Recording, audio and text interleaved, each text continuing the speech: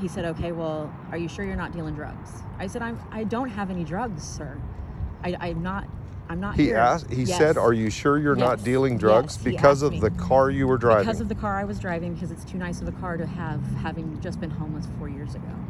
All right, guys, it's Michael, Lawrence Accountability. We're out here in North Lawrence at the North Lawrence homeless camp. And there was an event last night, and I'm here with Carly because what we're finding out is that the police seem to be harassing people that are coming out here to help. Carly, why don't you tell us a little bit about what happened last night? Well, I came out yesterday, early evening, and I've been coming out to help them, and financially I can't help much, but I can help by doing things. And so I came out and I offered to do some laundry and dropped off some excess blankets that we have at the house that we donated to them, so they have those, and just seeing what they needed and checking in to see what we could do. And but as I was here, I pulled in to drop off the trailer, and when I went to turn around, I noticed that there was an officer behind me. He sat there and he watched me turn the car and the trailer around. He watched me drop off the trailer, and then he followed me out of the camp. And right where we're standing, he decided to hit his sirens and his lights and pull me over. Now, granted, I knew I was going to be pulled over because my tags, I'm having some issues with my tags. They are expired. I've been waiting on a title so that I can get the car registered. It's a newer car. So I knew that I was going to be pulled over, or what I didn't expect was what happened next, which was I felt like I was being interrogated. I was made to feel that I shouldn't be out here helping these guys. What kind of questions? Well, it started just normal pullover. He asked me for my information, and then he proceeded to basically interrogate me and ask me why I was out here, and I told him exactly what I was doing, and then he said, are you sure you weren't dumping? And I said, why would I be dumping? I'm here to help. You're talking about dumping trash? Dumping trash, because I had the trailer. And I said, well, you watched me back up and pull in, and it was empty, and it was empty when we left, and we left it so they could use it. It wasn't full.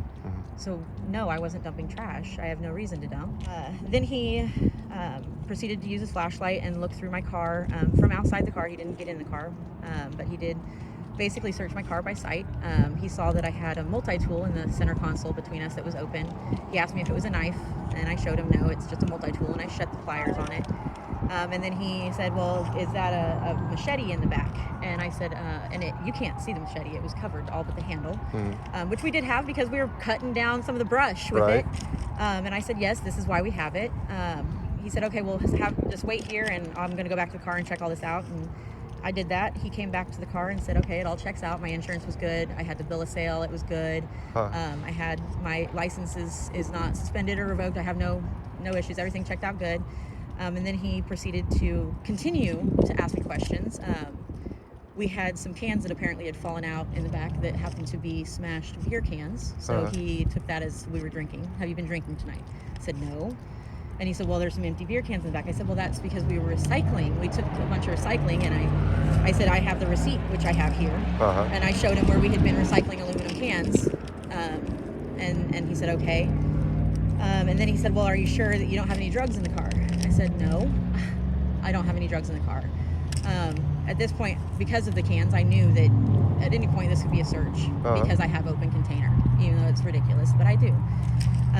So I knew where it was going, and I just answered his questions as he asked. He said that there's been traffic back here that is drug related, and people have been dumping, and that's why he had concern. I said, well, do I appear to be doing something I shouldn't? And he said, well, I just don't know. I said, well, I've told you everything.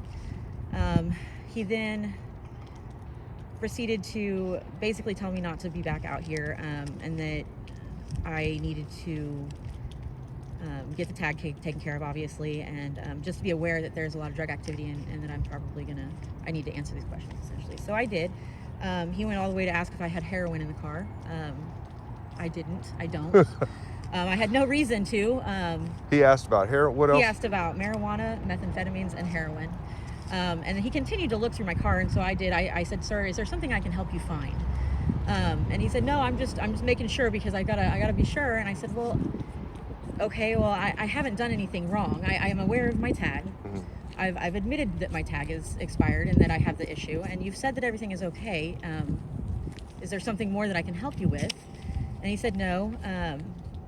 It was very discouraging. It really made me not want to come back out here. It made me not scared necessarily, but intimidating, because here I am trying to help where they need the help, you know, and I was made to feel like I shouldn't be out here trying to help. Well, and I want to interject there that the reason that people are out here helping is because the ball got dropped by the city staff. Absolutely. They made commitments and didn't follow through. So there's a lot of people out here helping. And the last thing we need to do is discourage people from coming out here. Hold your ticket out there. You've got the ticket there. I do. And so we're going to talk about this guy's name. What's the officer's name? Officer Welch. Officer Welch, and his ID number is 2018, I believe. Officer Welch, and his ID number is 2018. Carly, you said that they had asked you why you were out here. Correct, he did. He asked me why I was out here, and I explained to him just 4 short years ago, I went through a divorce, and I was homeless myself, actually, with 3 children, and we were staying in my car, and Lawrence band together and they helped me. I was only homeless for 2 months, thank the Lord. They band together and they helped me get into a home, and that's why I'm out here helping, is because I was in their position. I know what it's like to feel abandoned.